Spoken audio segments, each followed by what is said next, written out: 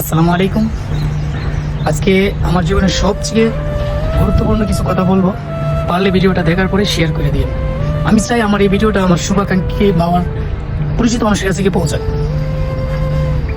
আমার মূল টপিক হয়েছে বাংলাদেশের ইলেকশনকে নিয়ে।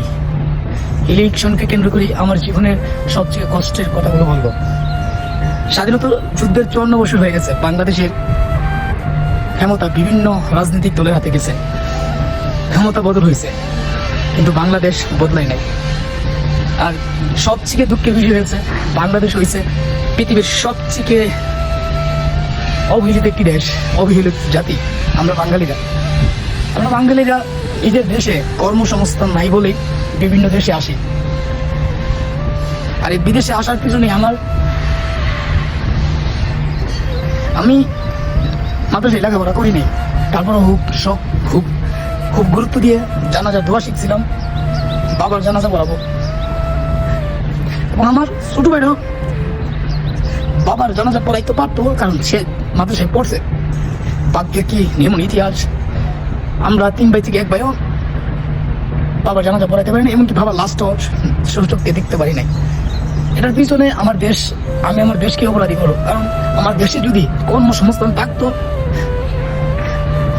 আমাদের যদি পেটের দায় না থাকতো, আমরা পেটে শাসতাম না। শাসন করতো, আমাকে যদি মক্কা থেকে বের করে না দেওয়া হইতো, আমি মদিনায় হিজরত করতাম না। আর আমারও যদি পেটের দায় না থাকতো, আমি বিদেশ আসতাম না। বিদেশ আসছি পেটের দায়ে, কোনো চুরির দায়ে নয়। আমি চাই বাংলাদেশ বদলালে আমরা প্রবাসীরা অনেকেই তার ছেলে সন্তান কিভাবে বড় হচ্ছে দেখতে পাই না, আমরা মার চেহারাটাও দেখতে পারি না। অথচ আল্লাহ বলছে যে মার চেহারা যদি সন্তান চোখকে দেখতে পারে, নাকি তার কবুল হজের সব পাওয়া যায়।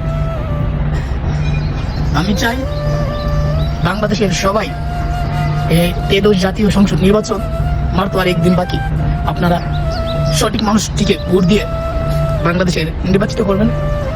এবারের ইলেকশন শুধু ভোট দেওয়ার ইলেকশন নয়, এবারের ইলেকশন হয়েছে বদলে দেওয়ার ইলেকশন। এবারের ইলেকশন হয়েছে বদলে যাওয়া বাংলাদেশের ইলেকশন। আমরা এমন মানুষকে ক্ষমতায় আনবো যে আমাদের দুঃখ সুখ দেখবে, আমাদের দেশের অর্থনীতিকে বিশ্বের বাজারে চাঙ্গা করে তুলবে। বাংলাদেশের মানুষ যেন বৈদেশে গিয়ে কাজ করা না লাগে, তার নিজ দেশে কাজ করতে পারে, তার নিজ দেশে যেন কর্ম করার জন্য পর্যাপ্ত পরিমাণ জায়গা থাকে। এবং আমি আমার মা বোন বা আমার যারা মা চাচিরা আছে তাদেরকে বলবো, এবারে ইলেকশনে শুধু নৌকা তো নাই, দান আর অন্য প্রার্থীরা না, এবার ইলেকশনে নতুন একটি দল আছে যাদেরকে ভোট দিলে আশা করা যায় বাংলাদেশ বদলাবে, ইনসাফ প্রতিষ্ঠিত হবে, তাদেরকে ভোট দিবেন। অতীতের ইলেকশনে শুধু আমরা চিনতাম নৌকা আর দান, এবার ইলেকশনে আরেকটা প্রার্থী আছে, আরেকটা মার্কা আছে, এটা বদলে দেওয়ার মার্কা। এই মার্কাটাই সবাই ভোট দিবেন। ভোট দিয়ে 5 বছর দেখেন তারা কেমন চালায় দেশ, বাংলাদেশের অর্থনীতির থেকে তারা কত দূর এগিয়ে নিয়ে যায়। আর আপনার একটা সঠিক ভোটে যদি বাংলাদেশ বদলায়, এর ফজিলত আপনি অবশ্যই পাবেন। কারণ রাসূল বলেছে, খুব ভুল কথা, দেশকে ভালোবাসো। দেশকে ভালোবাসলে, দেশের মানুষকে ভালোবাসলে আল্লাহ তোমার। আর আপনি যদি 500-1000 টাকা খাইয়ে এমন ব্যক্তিকে আমাতে আনেন, যে ব্যক্তি এসে মদের লাইসেন্স দিবে, যে ব্যক্তি দুর্নীতি করবে, মা বোনদের ইজ্জতের উপর হাত দিবে, চাঁদাবাজি করবে, আপনার বুড়ি যদি এমন মানুষ তো নির্বাচিত হয়ে আসে দেশে, কিন্তু এর দায়ভার কিন্তু আপনার নিতে হবে। তো ভোট দিবেন সঠিক মানুষকে, বিক্রি হয়ে যাবেন না ইনশাআল্লাহ। এবারে ইলেকশন বদলে যাওয়ার ইলেকশন।